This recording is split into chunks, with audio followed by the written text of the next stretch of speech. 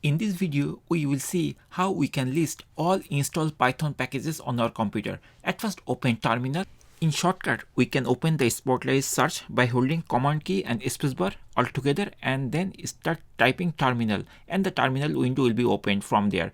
And from here, we have to type on simple command which is pip then space then list, and that's all. And after typing these two words by space, hit the return key and you will see all the installed Python packages on your computer. So this is the command, and here we are seeing the package and all the versions. So for my computer right now, I have this many Python packages and their versions which are installed on my computer. And that's all, guys. In this way you can use the pip space list command to check all the installed Python packages on your computer. Thank you for watching the video. If this video is helpful, please consider subscribing to our channel and hit the like button or dislike button based on your experience.